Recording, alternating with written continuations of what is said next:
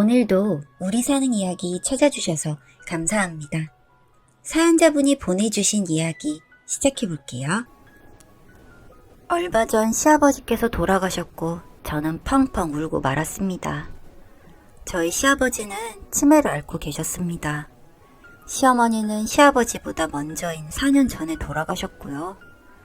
시어머님, 시아버님은 정말 좋으신 분이었어요. 어머니를 처음 뵈러 갔을 때 어머니는 먼 길 오는데 고생했다며 처음 본 저를 품 안에 꼭 안아주셨습니다.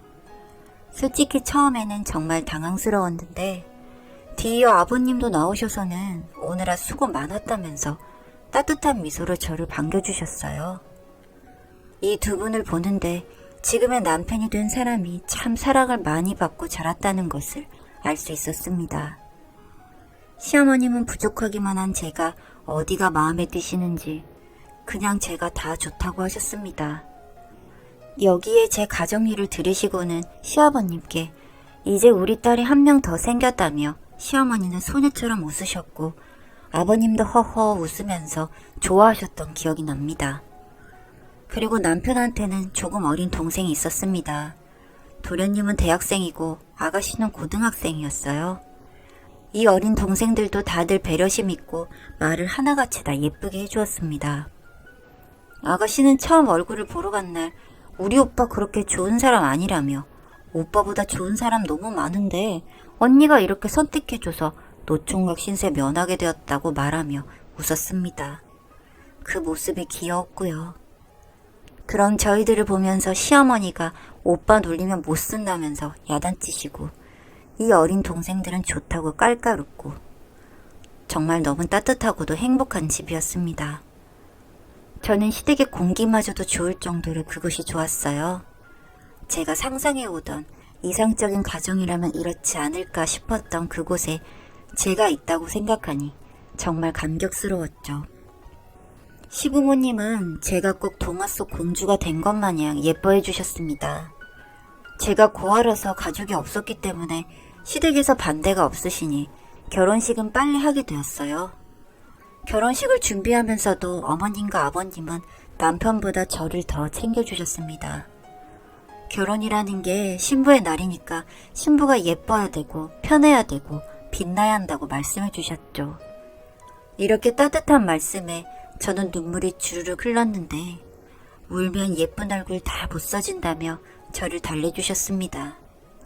그래서였을까요?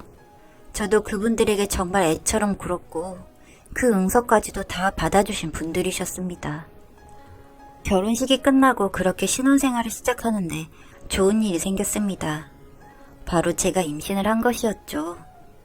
제 임신 소식에 제 가족이라고는 유일한 시댁 어른들과 동생들이 너무너무 축하한다며 고마웠어요. 행여나 임신으로 제 몸이 상할까봐 당신들이 모든 일을 다 해주시려고 했고 제 마음 편한 게 최고라면서 그 어떤 스트레스도 주지 않으셨습니다. 아이도 중요하지만 저도 중요하니까 제 몸을 돌보는데 최선을 다하라고도 하셨죠. 아이보다도 절 위해 주시는 그 마음이 눈물 날 만큼 감사했습니다. 사실 임신하고 보니 친정 생각이 더욱 나더라고요. 남들은 다 있는 그 친정 부모님 한 분이 안 계시는 게 호르몬 때문인지 너무 서럽게 다가왔습니다. 어릴 때 부모님이 돌아가셨던 저는 할머니 손에서 크게 되었는데 할머니 연세가 많은 편이시다 보니 저와 지낸 지 얼마 안 돼서 치매를 앓으셨거든요. 그래서 저는 자주 맞았습니다. 자기 자식 잡아먹은 년이라고 하시면서 절 때리고 살려내라면서 모진 말씀도 많이 하셨거든요. 그 당시 저는 왜 태어났나 싶었는데 할머니도 저 같은 건 태어나지 말았어야 했다는 말씀을 자주 하시곤 했습니다. 저는 그렇게 부모 잡아먹고 나온 그런 괴물 같은 아이였죠. 하루하루가 불행했었는데 그 시절을 생각하면 지금도 목이 메입니다. 그런데 시댁에서는 저를 정말 귀하게 여겨주시고 남편의 동생들도 아기가 나오면 자신들이 다 봐줄 거고 산책도 시켜주고 장난감도 사줄 거라면서 제 옆에서 이야기하곤 했습니다. 오빠 닮지 말고 꼭 언니 닮아야 된다면서 우스갯소리도 했고요. 그러던 어느 날 시부모님이 저에게 오셔서는 이야기를 시작하셨습니다. 이제 아이도 생겼으니까 집을 해주시겠다고 하더라고요. 원래도 해주려고 했는데 돈이 뭉쳐있어 곤란했는데 아이도 생겼으니 더 지체하고 싶지 않다면서 손해를 보더라도 해주시겠다는 겁니다. 그래서 전 괜찮다고 말씀드렸어요. 전 집보다도 시부모님의 사랑이 더 간절했던 것 같아요. 그래서 그냥 어머님, 아버님 집에서 이렇게 지내면 안 되냐고. 그동안 너무 외롭고 힘들었는데 다들 따뜻하게 대해주시니까 제 시렸던 마음이 다 풀리는 느낌이라고요. 바보같이 그 말씀을 드리면서도 얼마나 울었는지 모르겠습니다. 그리고 그렇게 행복한 시간들이 지나갔고 저는 만삭이 되었습니다. 산책을 하러 나가는 길이었는데 그때 갑자기 진통이 오는 겁니다. 너무 무서워서 남편한테 전화를 했는데 전화를 안 받는 거예요. 그래서 어머님께 전화를 했더니 거기가 어디냐고 물으시고는 5분도 안 돼서 뛰어오신 것 같아요. 제가 너무 아파하니까 택시를 잡아서 인근 병원으로 갈 때 어머니는 아버님한테 전화를 하셔서 병원으로 오라고 하셨고 남편한테 전화를 하시더라고요. 남편이 전화를 받자 어머님께서는 야, 너 내 딸 잘못되면 너 진짜 가만 안 둬? 일 때문에 미쳐서 임신한 내 딸 전화도 안 받아? 하시면서 손을 사시나무 떨듯 떠시더라고요. 그런 어머님의 손을 보니 진통이 오는 와중에도 너무 안쓰러워 보여 손을 잡아드리며 괜찮다고 말씀드렸습니다. 너무 그이한테 뭐라 하지 마시라고 저 괜찮다고 말씀드렸더니 넌 우리 집 첫째 딸이야. 눈에 넣어도 아프지 않은 그런 딸이라고. 그런데 일 바쁘다고 곧 애 낳을 아내 전화를 안 받아? 그런 아들 버리면 그만이야. 라고요. 남편은 뒤늦게 병원으로 왔고 아버님도 남편에게 뭐라고 하셨습니다. 뭐 남편은 저한테도 미안해하고 아버님과 어머님한테도 죄송하다는 말만 계속하고 있었죠. 그렇게 정신이 없는 와중에 제 시선이 갑자기 머문 곳이 있었습니다. 바로 시어머니의 발이었는데요. 어머니는 한쪽은 운동화, 한쪽은 슬리퍼를 신고 계시는 겁니다. 얼마나 놀라서 급히 달려오셨던 건지 그 마음이 너무 감사해서 눈물을 흘렸더니 시어머니가 놀라서 오셔서는 왜 우냐고 많이 아프냐며 토닥여 주시는 거예요. 어머니 신발이 하며 엉엉 울자 어머님은 그제서야 본인 발을 보시고는 웃으시더니 이것 때문에 울었어? 으이구 마음 약해가지고서는 그래서 애기는 어떻게 낳고 키우려고 그래? 이까짓 게 그리고 뭐 대수야? 울지 말고 힘내서 출산 빨리 해버리자. 내 딸 오래 아픈 거 못 보겠다 하시더라고요. 그때의 떨리는 어머니 목소리와 눈물을 삼키시던 게 지금도 생생하게 기억이 납니다. 그런 어머니는 저희 아이의 첫돌을 보시고 나서 돌아가셨습니다. 귀신이 좋은 사람을 일찍 데려간다는 말이 맞나 봐요. 그때 제가 혼자를 3번이나 했다고 하더군요. 엄마 없이 자란 저에게 이제서야 엄마가 생겼는데 또 이렇게 데려가시나 싶어 얼마나 원망했는지 모르겠습니다. 남편과 시동생들은 그런 절 붙잡고 그러다 줄추석 난다고 정신 차리라고 울더라고요. 아버님은 넋이 나간 듯이 흐르는 눈물만 훔치셨는데 그걸 보니 더 마음이 터질 것 같았습니다. 그리고 전 결심했죠. 소중한 우리 어머님은 지키지 못했어도 아버님은 지켜야겠다고요.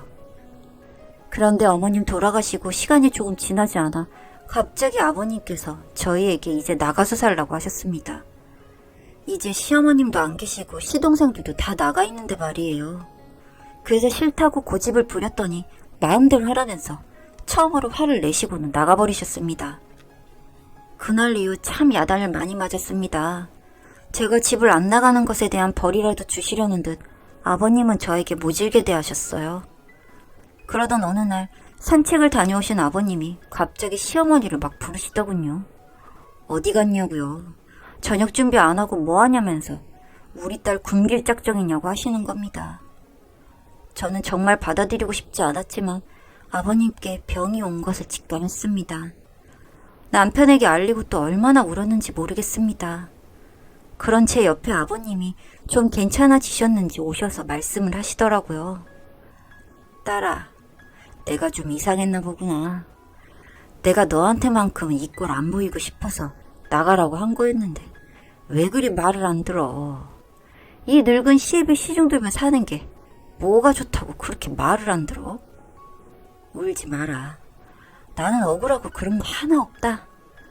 그저 너와 자식들에게 안 좋은 꼴 보이고 힘들게 하게 될까봐 그게 가장 두렵고 그걸 생각하면 죽고 싶은 심정이다. 그러니 딸아, 제발 내 부탁을 좀 들어줘. 내 마지막은 요양원에서 보낼 수 있게, 내 존엄을 지킬 수 있게 부탁한다. 널 두고 우리 손주를 두고 가는 내 마음도 아프긴 하다만 이게 내가 너희에게 보여줄 수 있는 마지막 사랑이 아닌가 싶다. 부탁한다. 전 아버님의 부탁을 들어드릴 수밖에 없었습니다. 전 아버님의 마음을 가장 잘 헤아릴 줄 아는 큰딸이었으니까요. 남편도 시누이도 저보고 미쳤냐면서 모시고 살아야 한다고 했지만 전 아버지의 부탁이 더 중요했으니까요. 그렇게 아버지를 요양원으로 보내드리고 자주 찾아뵈었습니다. 그 사이에 남편도 시누이도 자연스럽게 제가 왜 그런 결정을 했는지 알게 되었고요. 아버지는 본인이 원하는 대로 요양원으로 가셔서는 얼마간 잘 지내시다가 행여 자식들 고생시킬까봐 걱정하셨는지 빨리도 세상을 떠나셨습니다. 돌아가시기 며칠 전에 찾아뵈었을 때 했던 말이 기억이 나네요. 내 딸 힘들게 안 할란다 하셨던 그 말씀이요. 그러던 어느 날 돌아가신 어머님을 집요하게 찾으셨다는 그날 아버지는 돌아가셨습니다. 아버님의 장례식은 비교적 일찍 끝났고 저는 어머님 때처럼 울고 혼절하지 않았습니다. 절 믿어주신 아버지에게 든든한 딸의 모습을 보이고 싶었으니까요. 남편도 시동생들도 이젠 모두 제가 품고 살아가려고 합니다. 제 부모님이 되어주신 두 분에게 제가 할 수 있는 최선을 다해 살아가다 나중에 만나면 칭찬받으며 품에 안기고 싶네요. 사랑하는 엄마 아빠 사랑해요.